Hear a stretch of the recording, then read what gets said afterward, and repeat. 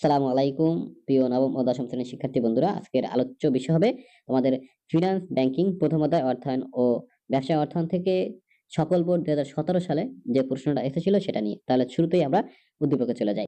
জনাব হারুন ধর্মীয় উৎসবকে সামনে রেখে সব ধরনের ক্রেতাদের কথা চিন্তা করে shirt, pant, panjabi, salwar kameez, sari, bed cover প্রভৃতি পণ্যের সমাবেশ ঘটান এবং লাভবান হন।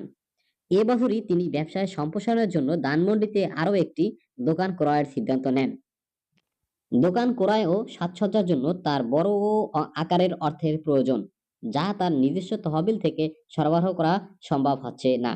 এ পর্যায়ে আমরা একটু নিজের ভাষায় জাস্ট এই উদ্দীপকটাকে তুলে ধরবো, কেননা আমি প্রশ্ন যখন উত্তর লিখবো তখন কিন্তু এটা অটোমেটিক মাথায় সেট হয়ে যাবে এবং লেখতেও কিন্তু সুবিধা হবে। এখানে মিস্টার হারুন করছে কি, যে যেহেতু সামনে একটা ধর্মীয় উৎসব আছে, এই ধর্মীয় উৎসবের কথা চিন্তা করে বা ক্রেতাদের কথা চিন্তা করে shirt, pant, panjabi, salwar kameez, sari, bed প্রভৃতি মানে বিভিন্ন ধরনের এই পণ্যগুলা সে সমাবেশ ঘটাইছে এবং দেখা যায় সে এক পর্যায়ে লাভবান হয়েছে।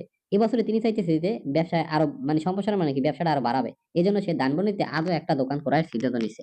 দোকান করার সাজসাজার জন্য তার বড় আকারের অর্থের প্রয়োজন, যা সে কি করছে মানে নিজস্ব তহবিল দ্বারা এই যে সরবরাহ করবে এগুলা তার মানে সরবরাহ করা সম্ভব হচ্ছে না।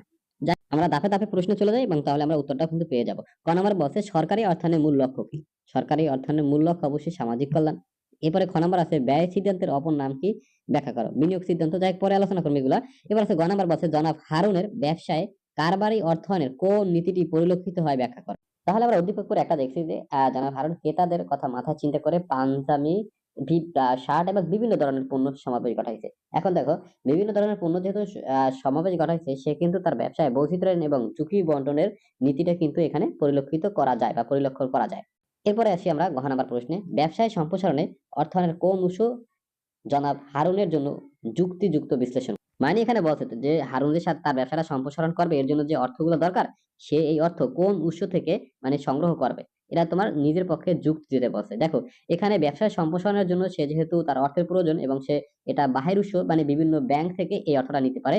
আর যেহেতু এটা সাজসজ্জা ব্যয় মানে স্থায়ী ব্যয়, এই স্থায়ী ব্যয় নির্মাণের জন্য কিন্তু বা নির্বাহের জন্য কিন্তু তাকে দীর্ঘমেয়াদী ঋণ নিতে হবে। তাহলে আমরা উত্তরটা এভাবে সাজাবো যে ব্যবসা সম্প্রসারণে অর্থায়নের আর দীর্ঘমেয়াদী উৎস থেকে জনাব হারুনের জন্য ঋণ গ্রহণ যুক্তিযুক্ত হবে, এভাবে ব্যাখ্যা দেবা। যাই হোক, এটা আমরা উত্তরে পেয়ে যাব।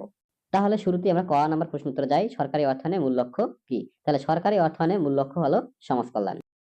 এরপর আমরা খ নাম্বার প্রশ্নে যাই। ব্যয় সিদ্ধান্তের অপর নাম কি ব্যাখ্যা করো। তাহলে ক্ষয়ের উত্তর হবে যে ব্যয় সিদ্ধান্তের অপর নাম হলো বিনিয়োগ সিদ্ধান্ত। সাধারণত একজন আর্থিক ব্যবস্থাপককে দু ধরনের